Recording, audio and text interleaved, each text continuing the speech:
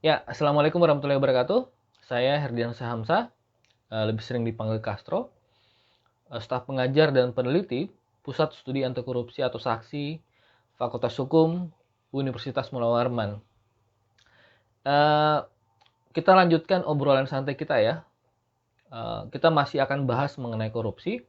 Kalau sebelumnya kita bahas mengenai pengertian umum tentang korupsi, termasuk bagaimana sejarah korupsi dalam perjalanan bangsa kita, mulai dari fase atau masa kerajaan, kemudian masuk ke fase kolonial atau penjajahan, dan masuk ke fase modern seperti sekarang.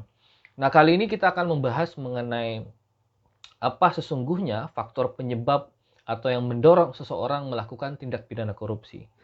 Ada banyak teori atau pendekatan yang bisa kita gunakan, tetapi saya mengambil dua pendekatan yang sering digunakan oleh kawan-kawan, terutama pegiat anti korupsi, untuk menjelaskan apa variabel atau apa faktor penyebab atau yang mendorong seseorang melakukan tindak pidana korupsi.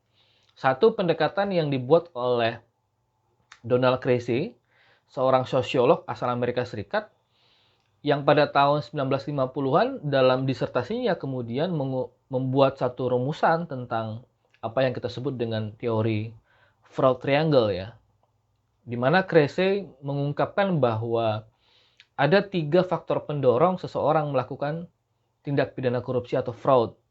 Satu, karena tekanan atau pressure, kita memahami bahwa tekanan terbesar bagi seseorang untuk melakukan tindak pidana korupsi bisa jadi karena memang ada motif ekonomi di dalamnya, ada persoalan ekonomi. Jadi kalau kita pakai analisis sosial kita bahwa sepanjang kemudian kondisi ekonomi masih carut-marut, jurang kesenjangan antara kaya dan miskin itu masih sangat lebar, maka perkara dorongan seseorang untuk melakukan tindak pidana korupsi juga masih akan sangat terbuka. Faktor tekanan yang lain misalnya juga soal gaya hidup bermewah-mewahan ya. Ini soal mentalitas, ini soal moralitas begitu. Ya, gaya hidup bermewah-mewahan itu tentu saja akan menjadi sebuah faktor yang mendorong seseorang untuk melakukan tindak pidana korupsi. Maka jangan heran juga kalau kemudian pejabat yang pola hidupnya bermewah-mewahan, bergelimang harta, itu pasti juga akan dekat dengan tindak pidana korupsi. Banyak faktor yang menjadi tekanan atau yang membuat pressure itu makin membesar sehingga mendorong seseorang untuk melakukan tindak pidana korupsi. Nah, faktor kedua menurut Creasy adalah soal kesempatan ya, opportunity, bahwa seseorang melakukan tindak pidana korupsi itu karena memang ada ruang atau kesempatan yang terbuka. Nah, ini berbanding lurus sebenarnya dengan kontrol. Semakin minim atau semakin sedikit kontrol itu, maka kesempatan itu juga pasti akan semakin besar. Sebaliknya, kalau kontrol itu juga besar, maka ruang atau kesempatan melakukan tindak pidana korupsi juga makin kecil. Maka sebenarnya rumus untuk membuat ruang tindak pidana korupsi itu kecil, ya kita mesti memperbesar controllingnya atau pengawasannya. Itu sebenarnya rumus yang paling sederhana begitu ya. Nah, yang ketiga menurut Creasy adalah soal rationalization. Selalu ada pembenaran, selalu ada upaya untuk membenarkan atau stempel untuk membenarkan tindak pidana korupsi yang dilakukan. Kita ingat betul misalnya kemarin ketika Jaksa Pinangki diberikan obral diskon oleh Pengadilan Tinggi DKI Jakarta dari sebelumnya 10 tahun di tingkat pertama ya. Kemudian justru turun menjadi 4 tahun atau diberi diskon 60%. Apa coba rasionalisasinya? Pinangki disebut sudah menyadari kesalahannya, bersedia untuk diberhentikan secara tidak hormat sebagai seorang jaksa. Dia adalah ibu dari seorang anak yang masih kecil. Ini kan adalah pembenaran-pembenaran yang sesungguhnya menjadi bagian dari upaya melakukan tindak pidana korupsi. Banyak pembenaran-pembenaran yang lain, tetapi secara realitas itu bisa kita jadikan sebagai sampel ya, sebagai contoh di dalam kehidupan sehari-hari kita. Itu pemahaman tentang Freud Triangle berdasarkan apa yang diuraikan oleh Donald Creasy di dalam disertasinya yang kemudian kita kenal hingga sekarang soal The Freud Triangle Theory. atau teori tentang fraud triangle.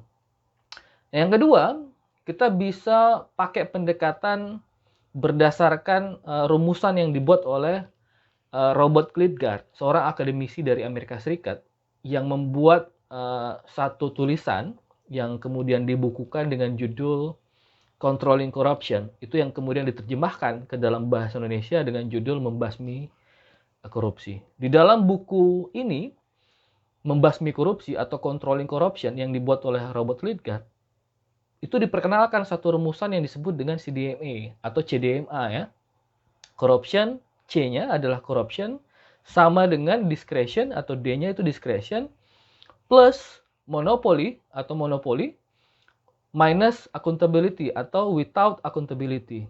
Jadi korupsi itu terjadi menurut Klitgard dikarenakan kekuasaan ditambah dengan monopoli, jadi ada penumpukan kekuasaan atau ada monopoli kekuasaan tanpa proses akuntabilitas. Jadi ketika seseorang diberikan kekuasaan, ada kecenderungan dia akan melakukan monopoli, apalagi kalau tidak disertai dengan kontrol dan akuntabilitas.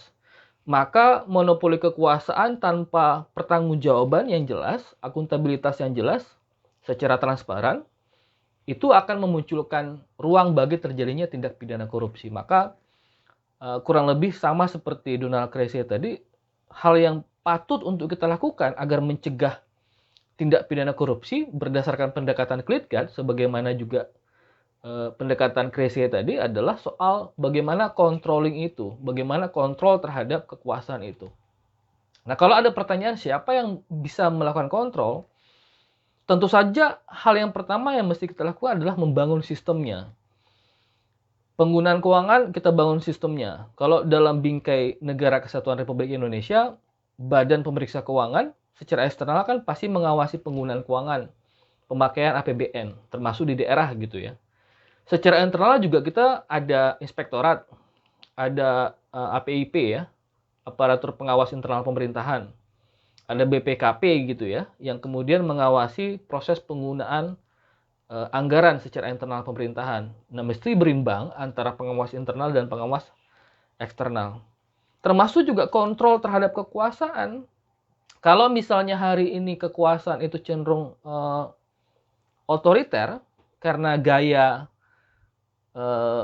sentralisme yang sekarang lebih menguat, desentralisasi justru ditinggalkan, maka saya pikir semua pihak juga mesti melakukan kontrol. Yang paling besar tanggung jawabnya saya pikir adalah dunia kampus ya, karena dunia kampus ini adalah dunia yang punya tanggung jawab lebih dibanding masyarakat luas. Sebab yang bisa membangun inovasi, kita tahu bahwa tindak pidana korupsi semakin canggih, tentu saja kita butuh inovasi untuk melawannya. Tidak boleh kemudian tindak pidana korupsi 2 langkah lebih maju dibanding kita ya, dibanding aparat penegak hukum, dibanding masyarakat, termasuk juga dibanding dunia kampus. Maka inovasi itu penting untuk kita lakukan agar setiap tindak pidana korupsi yang berlangsung dengan cara-cara yang makin canggih, kita juga tidak bisa ketinggalan untuk melawannya. Kampus juga menjadi lumbung membangun kesadaran publik ya, kesadaran masyarakat, termasuk juga kesadaran bagi generasi muda, teman-teman mahasiswa misalnya. Ya, kampus bertanggung jawab penuh membangun kesadaran, membangun bagaimana mentalitas yang integritasnya memang bisa kita pertanggungjawabkan secara konsisten tentu saja begitu ya. Dan terakhir, saya pikir kampus juga harus menjadi kontrol terhadap pemerintahan. Ya, karena kampus habitnya kan seperti itu ya. Habitat kampus itu adalah kontrol melalui kritik-kritik. Ya, kritik-kritik itu saya pikir adalah kritik yang mesti kencang, mesti tajam begitu ya. Kalau belakangan muncul istilah mengkritik pemerintah mesti santun, mesti beretika dan lain sebagainya, saya pikir itu adalah gaya-gaya pemerintahan yang sudah cenderung otoriter, berlindung di balik kultur atau budaya timur yang selalu digembos-gemboskan gitu ya, digembor-gemborkan. Padahal ya kritik secara sopan itu kan mestinya berlaku secara interpersonal, saya dengan orang lain misalnya gitu ya. Tetapi kritik kepada pemerintah yang mesti kenceng, mesti keras. Nggak ada istilah sopan santun ketika kita mengkritik pemerintah.